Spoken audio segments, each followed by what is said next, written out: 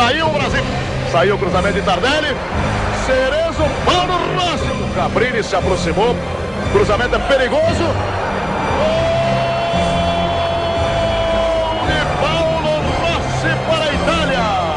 Olha o gol, Serginho bateu, passou fora. Vai tentar lançar Zico. Zico com o Gentili, grande lance de Zico. Para Sócrates, invadiu, pintou, atenção, bateu.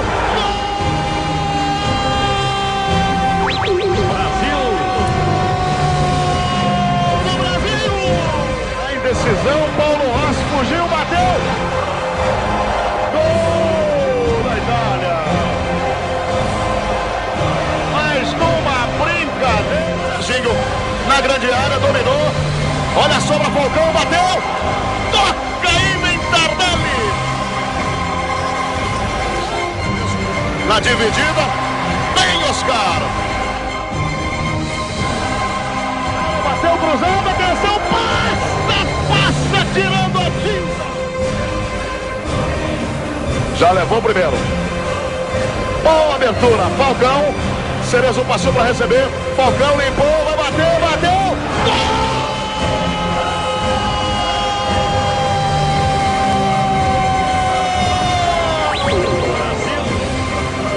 Saiu o cruzamento. Toninho, Cerezo, Valdir. E o Bandeira deu que a bola saiu. Bandeira deu que a bola saiu. Vai bater Conte. E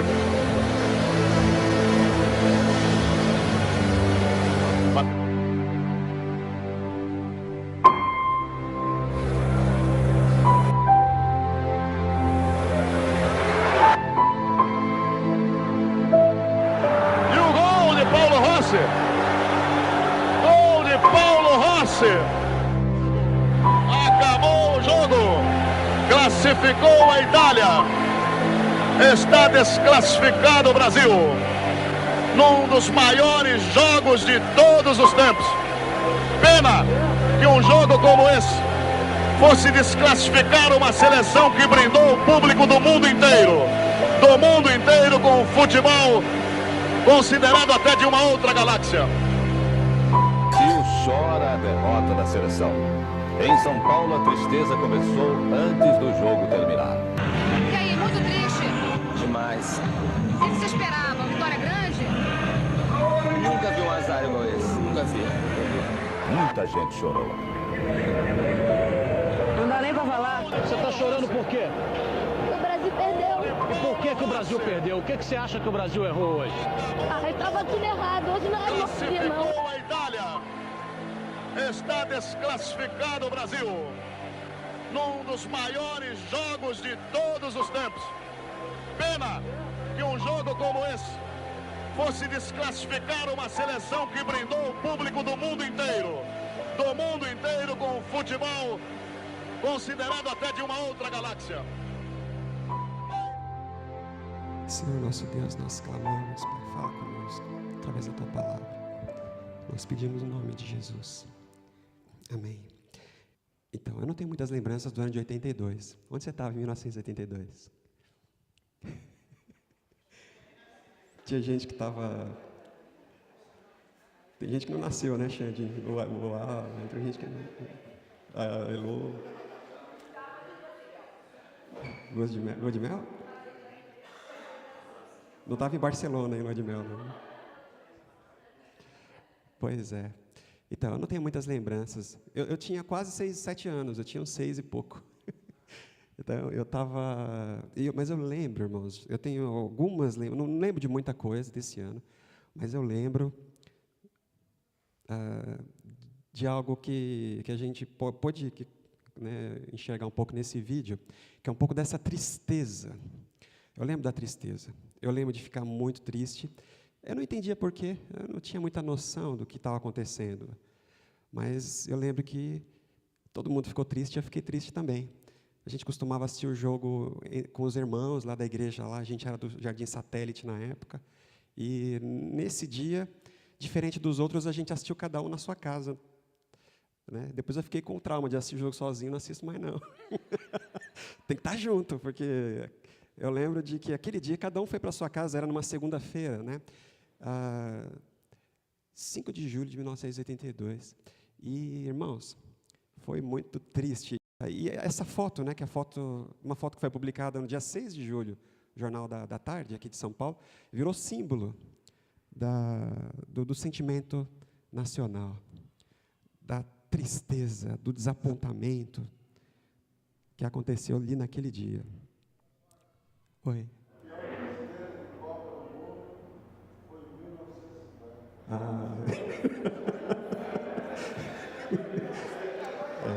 Eu já ouvi dizer isso.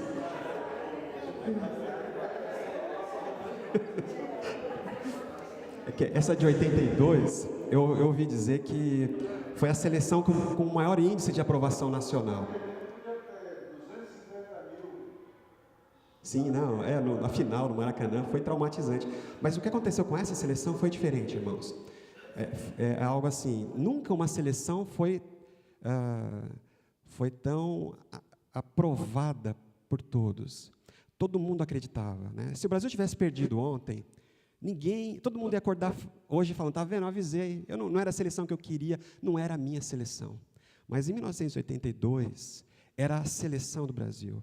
Todo mundo se identificou com ela. Era algo assim, nosso, é a nossa seleção, é o nosso time, é a nossa camisa. Isso era muito importante. E depois, não foi mais assim, mas ali em 82 foi assim que aconteceu. Havia ali, parece com uma exceção, né? Um jogador só, mas no geral o time era o time do povo, era o time que todo mundo esperava. Por isso que eu acho que é importante esse momento aí, em 1982. Estava em Barcelona, Fernanda? Que gostoso, hein? Você não foi ver o jogo.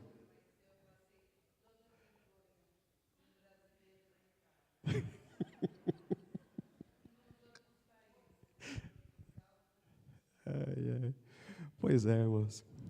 Mas eu queria que a gente pensasse um pouco nessa tristeza aí. Esse menino que estava lá no Sarriá, né? Naquela tarde lá do dia 5 de julho lá em Barcelona, de 1982. Tudo bem, você pode estar pensando, é só um jogo, não é? É só um jogo. A gente não precisa ficar... como é que um jogo pode te deixar feliz ou não? Mas aqui, né, foi nesse dia, né, nesse momento aqui, eu tinha 6 anos, quase 7, mas eu já comecei a entender algo a respeito de alguns símbolos, e é sobre isso que nós vamos falar nessa manhã. Alguns símbolos que têm poder de trazer, de fazer, de levantar em nós, né, sentimentos fortes, não é verdade? São símbolos que eu comecei a entender essa camisa amarela, em primeiro lugar, e a seleção brasileira, a nossa seleção, né? E eu passei a entender melhor um pouco desses dois símbolos. E para a gente entender que Jesus gostava de ensinar através de símbolos, não é verdade? Porque Jesus dizia o seguinte, que o que ele tinha para ensinar, né, ele falou uma vez que ele ensinava coisas espirituais e ninguém entendia. Ele falou isso com um mestre em religião, Nicodemos. Ele falou, Nicodemos, eu estou falando para você, eu estou tentando te ensinar, você não entende. Mas eu estou te ensinando através de um símbolo, através de uma ilustração, de algo que você entende, que é nascer de novo. Mas nem falando dessas coisas naturais, você está entendendo? Eu estou usando algo que você conhece bem, que é nascer. E eu estou dizendo para você que é necessário que você nasça de novo. E você não está entendendo. E Jesus falava por parábolas, né? Vocês lembram disso? E ele gostava de ensinar e de revelar o reino de Deus e de mostrar a face do Deus Todo-Poderoso através de imagens e de sinais e de comparações e de pontos. Ali ele ligava, contato.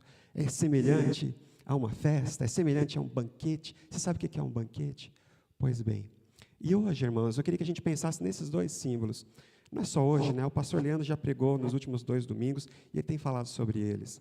Mas eu queria que nós refletíssemos, e hoje a gente tem essa oportunidade de refletirmos um pouco sobre uma pergunta. Ele fez essa pergunta lá atrás, E eu queria que a gente pensasse nela hoje mais uma vez.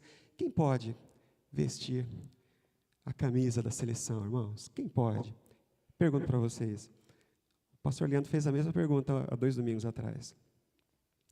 Quem é que pode vestir a camisa? Alguém? Pode falar. Quem? Tá, a Ivani já matou. Só pode vestir a camisa quem for convocado. Tem que estar na lista. Se você não tiver com o seu nome na lista, você não vai fazer parte da seleção. Você não vai poder vestir essa camisa. Não é isso que o Filipão está dizendo lá? Não está na minha lista. Você queria, mas não está na minha lista. Aí está lá o Paulo Henrique Ganso, chorando, que queria estar lá, mas ele fala, não, você não está na minha lista. Porque só veste a camisa da seleção quem estiver na minha lista. E eu queria que a gente entendesse que no time de Deus também funciona assim. É assim que funciona no reino de Deus. Só faz parte do time, só faz parte do reino quem for convocado, quem for chamado. Se você não foi chamado, se você não foi convocado, se o seu nome não está inscrito, você não faz parte do time. Irmãos, eu queria que você pensasse no seguinte: precisa cair na graça do dono do time. Porque para mim a seleção tinha que ser um pouco diferente. Mas eu não sou o dono do time, eu não sou o técnico. Aqueles jogadores que estão lá caíram na graça do dono do time e ele escolheu. E pronto. Quem vai contestar? A gente pode até querer contestar, mas ele é o dono do time. Ele escolhe e está acabado.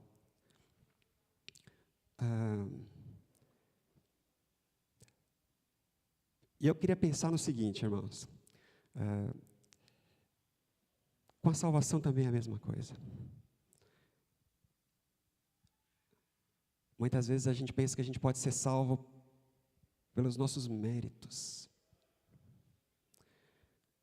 Eu tenho que ser salvo, afinal de contas, né? E são 3 opções aí, são 3 tipos de mérito que a gente pode oferecer e tornar a nossa convocação obrigatória, né, para o dono do time. Bom, questão de nascimento, né, hereditariedade, etnia.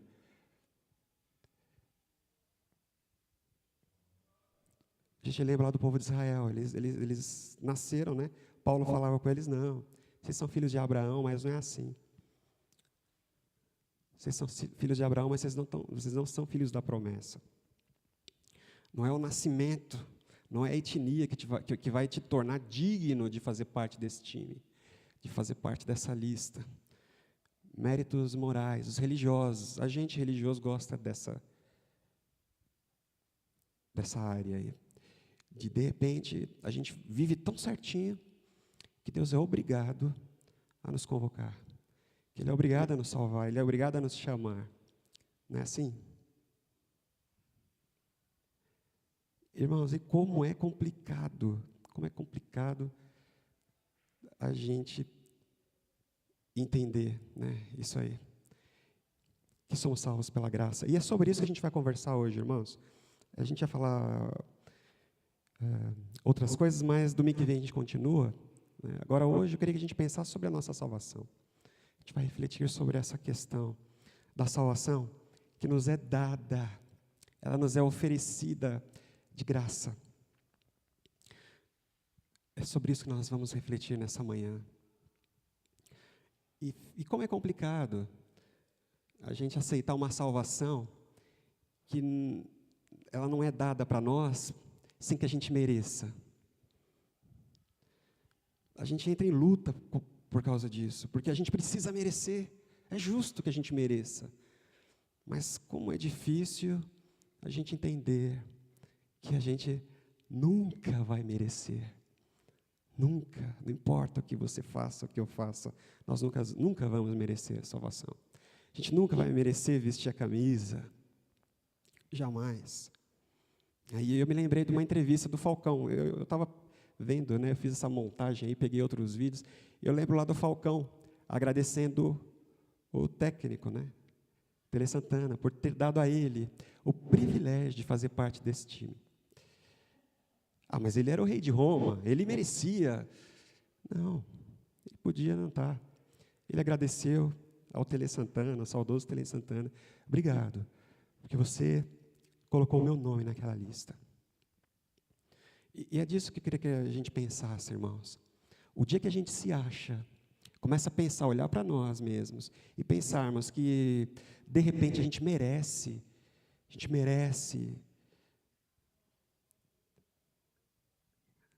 sermos abençoados, ou a gente merece recebermos algo de Deus, a gente está complicando as coisas. Né? E tem um terceiro, que é esse mérito religioso, aí que eu queria que a gente... Não, é esse mesmo, Boca. Queria que a gente pensasse no seguinte. Né? Desde a Reforma Protestante, a gente sabe que nós somos salvos pela graça, não é verdade? Só a Escritura, só Jesus, só fé, só a graça. Não é verdade? Mas é difícil a gente entender isso. Por quê? Porque nós temos uma origem lá do catolicismo romano. No catolicismo romano, você não é salvo pela graça, de forma direta, né? Diretamente você é salvo se você pertence à igreja. E se você cumpre, né, os sacramentos, você precisa fazer para você ser salvo. Isso lá no catolicismo da Idade Média. Aí nós vamos passar pela Reforma Protestante. Aí os protestantes dizem, então, estamos livres, nós acreditamos na salvação pela fé tão somente, pela graça. Só que o tempo vai passando e, de repente, irmãos, a gente começa a ficar preso em outro tipo de meritocracia, né? A gente pode dizer assim. De repente nós devemos e nós precisamos e nós merecemos a salvação porque a gente confessa a fé genuína e verdadeira. Porque eu confesso as palavras certas. E eu confesso a confissão ortodoxa, né, da fé cristã. Então eu mereço também salvação. Aí eu queria que você refletisse um pouco nessa manhã. A gente costuma muito ouvir alguém perguntar, você é salvo? Aí você responde o quê? Sim, não. Sou salvo. Por quê? Aí você fala, não, eu sou salvo porque eu tenho certeza da minha salvação. Se você não tiver certeza da sua salvação, então você não é salvo. Né? Eu aprendi assim, na igreja. Né? Eu lembro que me ensinaram dessa forma. Como é que você sabe que você é salvo mesmo? Aí eu preciso ter certeza. Se eu tenho certeza, é porque eu sou salvo.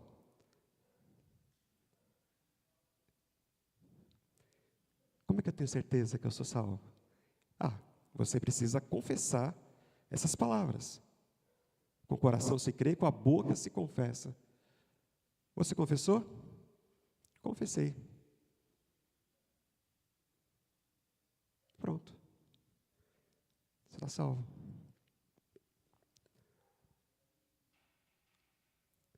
E eu pergunto para vocês, irmãos, você que está aí, você que já viveu essa experiência de salvação, você é salvo porque você merece? Texto de Efésios 2, 8 e 9. A gente sabe de cor isso. Vocês são salvos pela graça, por meio da fé, e isso não vem de vocês, é dom de Deus. Não por obras, para que ninguém se glorie. Não por obras. Então eu pergunto para você de novo, né? Você é salvo?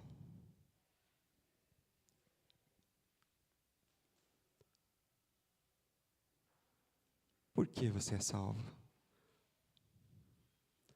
O que te torna uma pessoa salva? O que te faz merecedor de vestir a camisa do time de Deus, né? Se você pensa assim, eu sou salvo porque um dia eu confessei com a minha boca. Eu sou salvo porque um dia eu levantei a minha mão. Eu sou salvo porque um dia eu fiz algo. Eu vou dizer para você, meu irmão,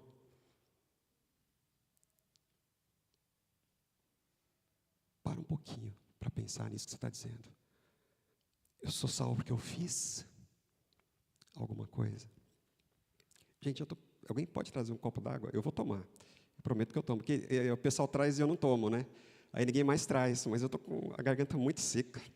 Eu nunca tomo. E aí, assim você fala, a pessoa levou água, você nem agradeceu e nem tomou a água. Mas eu vou tomar, porque estou com a garganta muito seca. Irmão, pensa aí. O Espírito de Deus está te dando uma oportunidade hoje de você refletir sobre isso. Obrigado, Alcides.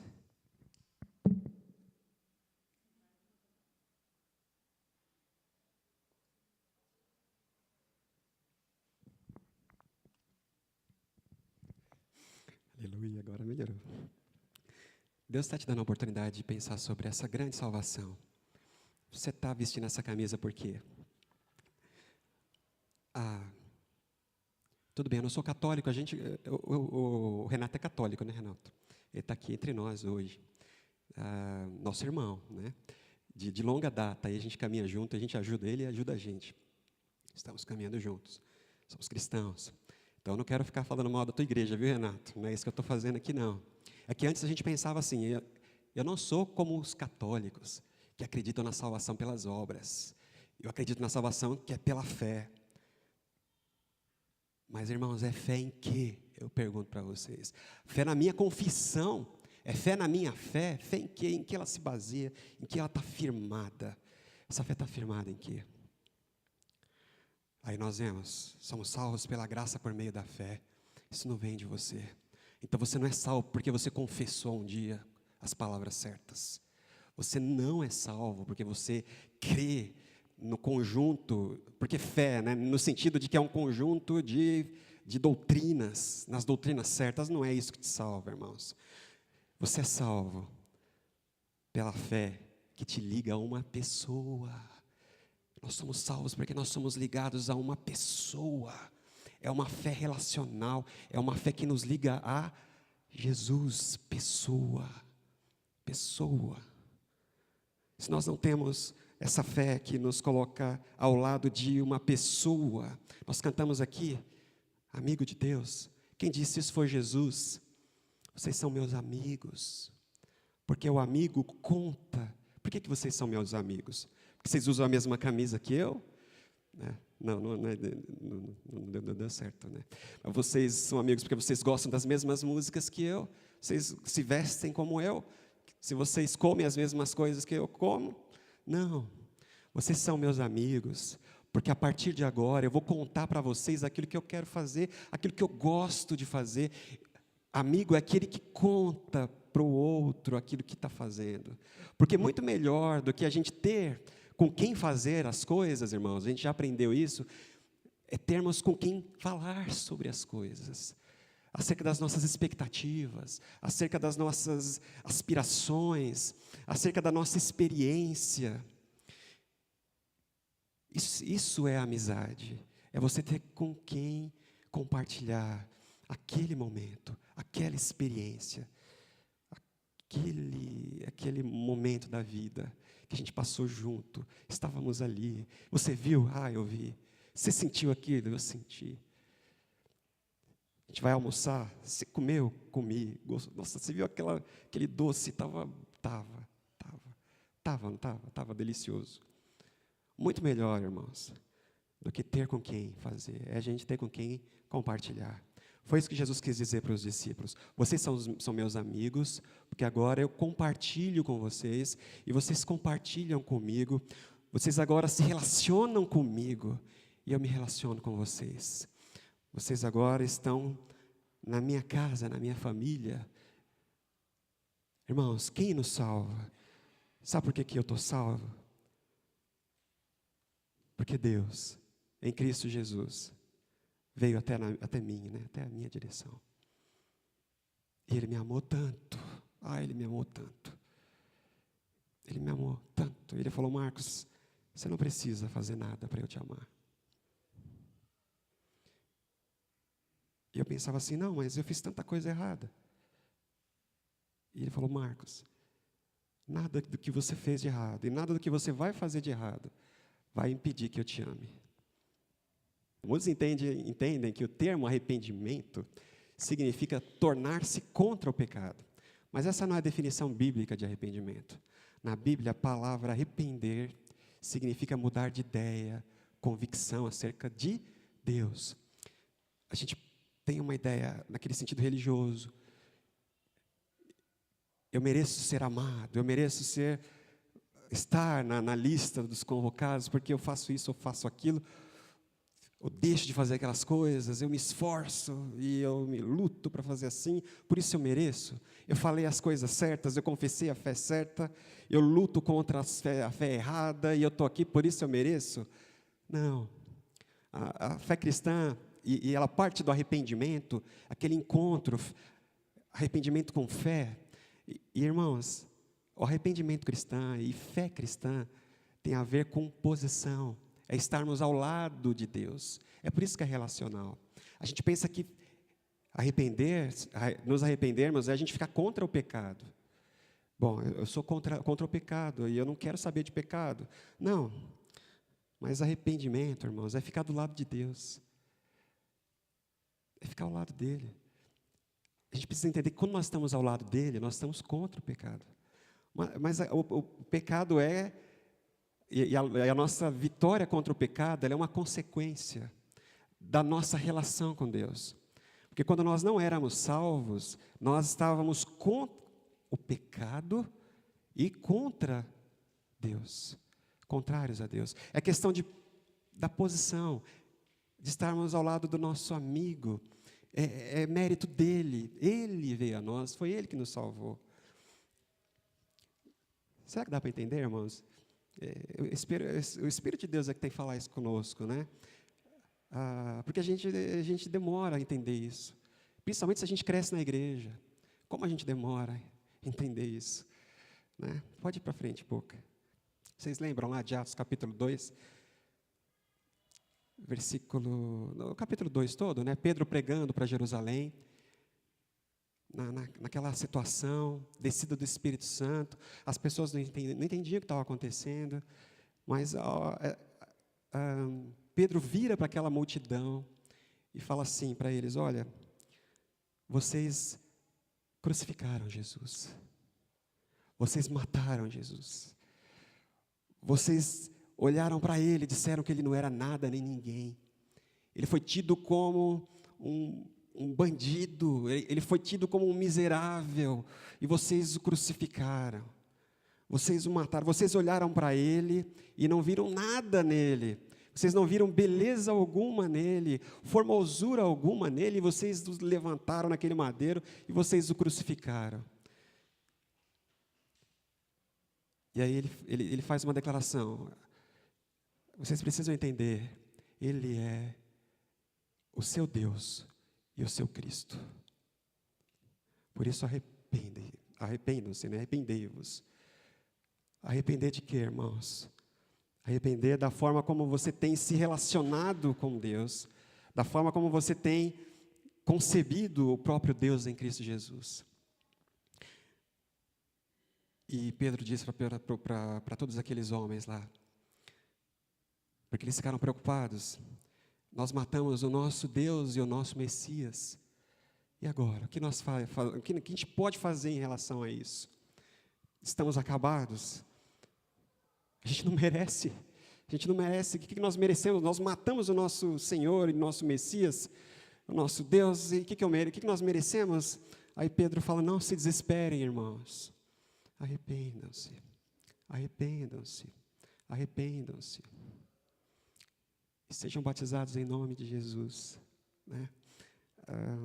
O Jesus que vocês crucificaram. Mas ele fala que Deus o fez Senhor e Deus, e soberano, sobre todas as coisas. Eu não sei qual que é a sua situação aí, né? Eu não sei o que você está pensando aí no teu coração. Não sei qual que é a tua experiência. Mas eu queria que você pensasse junto comigo, refletisse aqui junto comigo. Fé cristã é experiência com Deus. Experiência pessoal. Porque Ele é um Deus pessoa. Ele é um Deus pessoa. Ele não é um Deus coisa. Ele não é um Deus energia. Ele não é um Deus algo. Não, Ele é um Deus pessoa. Não existe nada superior a uma pessoa, irmão. Vocês já ouviram isso? Já pensaram sobre isso? Porque tem gente que acha legal acreditar que Deus é uma energia, que Deus é um sistema de dogmas, que eu não preciso ficar conversando com Deus todo dia, que eu não preciso ficar lidando com a fé em pedir e receber, em clamar e ser ouvido, e ouvir a voz do Senhor. Não, você simplesmente, a gente fica aqui e Deus, ou Ele está longe, ou Ele é uma energia, sei lá. Mas o Deus da Bíblia não é assim, irmãos. O Pai de Jesus, o Abba de Jesus, o Abba que é o Pai de Jesus, que é o Deus que Jesus veio revelar, Ele não é assim. Ele é um Deus pessoa. Ele é Deus de se relacionar diariamente. E é isso que nos salva. É isso que nos salva, irmãos. Do Deus que amou o mundo de tal maneira que veio para salvar. É aquele ponto onde a nossa fé e a nossa liberdade ela vai se encontrar com a soberania de Deus. A gente fica pensando, bom, se é Ele que me salva, se eu não sou salvo porque pelas minhas qualidades, o mérito que não é meu, então, como é que eu me relaciono com esse Deus? Como é que eu lido? Que fé é essa? E aí a gente lembra lá do apóstolo Paulo. O apóstolo Paulo, lá em Romanos, capítulo 8. E a gente vai encerrar com esse versículo. Romanos 8, 28 a 29.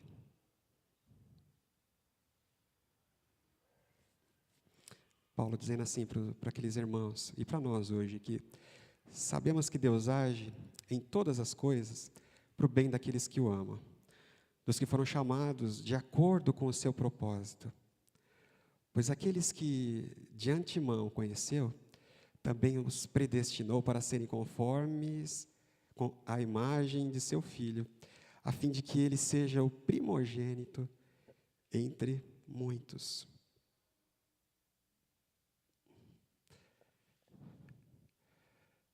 O que eu tenho que fazer se eu sou salvo porque Ele me ama? E eu vou continuar salvo porque Ele me ama. Aí o apóstolo Paulo fala, olha, sujeite-se a Ele. Sujeite-se a Ele. Sujeite-se à vontade dEle. Qual é a vontade dEle? A vontade dEle é que você seja transformado.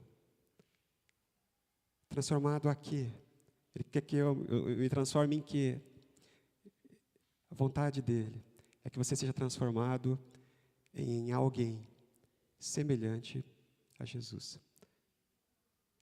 Deu para entender, irmãos? Você quer agradar a Deus com a sua vida? A gente já sabe que a gente não consegue, mas Jesus consegue. Jesus agrada o Pai em tudo. A única forma de nós agradarmos a Deus é a gente se parecer com Jesus. E no momento em que nós nos rendemos a essa salvação, a palavra de Deus diz que o Espírito de Deus nos é dado, e sobre isso a gente vai falar na semana que vem. E Ele vai trabalhando em nós, e Ele vai produzindo em nós algo maravilhoso. A própria imagem de Jesus. De repente, a gente já começa a enxergar esse time. Quem é que pode vestir a camisa, senão aqueles que têm a imagem de Jesus? Tem a face do Senhor. E é nesse mesmo texto que Paulo fala que a obra, que Deus começou naquele momento da nossa salvação, ela vai ser concluída. Quem garante? O nosso amado Jesus. Ele garante. Eu vou até o fim com você. Eu vou cumprir o meu objetivo. O meu propósito é te transformar. E você vai olhar para mim. E você vai olhar para o espelho. E você vai pensar que você está se vendo, mas você vai ver a mim. Isso eu garanto. Eu garanto. Eu te amo. Para te aceitar do jeito que você chegou. Mas eu te amo muito, muito mais.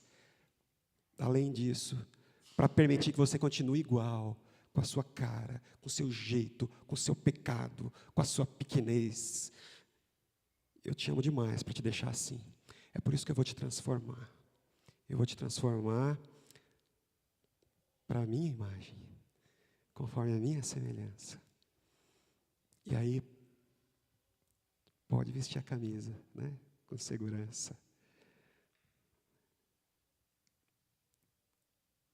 Aqueles que ele de antemão conheceu, é isso que o texto fala. Aqueles que ele conheceu, porque a gente briga aqui com esse negócio de predestinação. Como assim? Mas se é Deus, é Ele que escolhe, é Ele que faz tudo. Essa é a metade da história. A outra metade é que aqueles que ele conheceu antes, e esse conheceu não é de saber o que vai acontecer, é conhecer de se envolver, de se relacionar. É uma palavra grega lá, prognóstico. Ela significa um conhecimento de estar com, de compartilhar vida. Aquele que conheceu antes, aquele que já esteve antes, aquele que ama antes, aquele que conheceu, predestinou. E elegeu, e justificou, e santificou, e glorificou. E aí a gente vai sendo levado, irmãos, sendo levado. A gente vai se libertando dessa ideia de mérito. A gente precisa se libertar disso. Né? Só cresce na fé quem se liberta disso. Quem permite que o Espírito Santo nos conduza na direção dessa companhia, esse companheiro que vai nos transformando à imagem dele, cada vez mais e mais. Na semana que vem a gente vai falar um pouco vai continuar pensando sobre isso, mas no sentido da nossa vivência como igreja e da obra que Deus tem realizado em nós. Do que acontece quando a gente veste a camisa e a gente se vê cercado de gente que vestiu também. Mas hoje é isso, irmãos, essa é a mensagem de Deus para nós hoje. Você é salvo. Por que você é salvo? O que te garante a salvação? Você é como os religiosos ou você é como Abacuque, que falou, é a fidelidade do Senhor. Não é a minha fé. A gente lê errado aquele texto. E quando Paulo diz lá em Romanos capítulo 1, né? Também. O justo vive pela fé. Não é a minha fé, não, irmãos. O justo vive porque Deus é fiel. O justo vive da fidelidade de Deus. Ele não vai falhar. O amor dele não falha. O amor dele é incondicional. Eu estou salvo porque Deus me ama. E Ele se aproximou de mim. E Ele começou algo maravilhoso em mim. Ele está me transformando à imagem de Jesus. E Ele usa todas as ferramentas que Ele tem para fazer isso. Todas elas. E Ele está empenhado nesse trabalho em me transformar à imagem de Jesus. É por isso que eu estou salvo, irmãos. Eu estou salvo hoje. Eu vou continuar sendo salvo a cada dia na santificação. E na glorificação eu vou ser salvo definitivamente. Porque Deus começou o trabalho, porque Ele se aproximou de mim. E Ele veio até mim. Eu não merecia, mas Ele veio. Você é salvo, meu irmão. Por quê?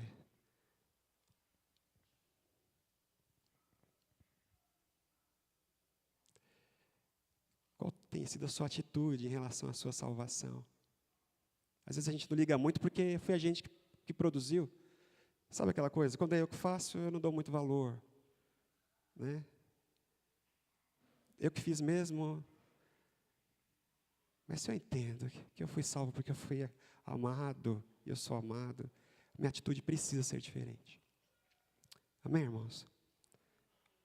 Vamos continuar refletindo sobre isso? Vamos permitir que o Espírito Santo nos conduza na verdade, né? Toda a verdade, acerca de quem Ele é, de quem nós somos, qual o propósito dEle para a nossa vida, que começa na salvação, que começa no arrependimento. Amém? Vamos fazer uma oração? Vamos colocar o nosso coração diante de Deus? Você aí no seu lugar,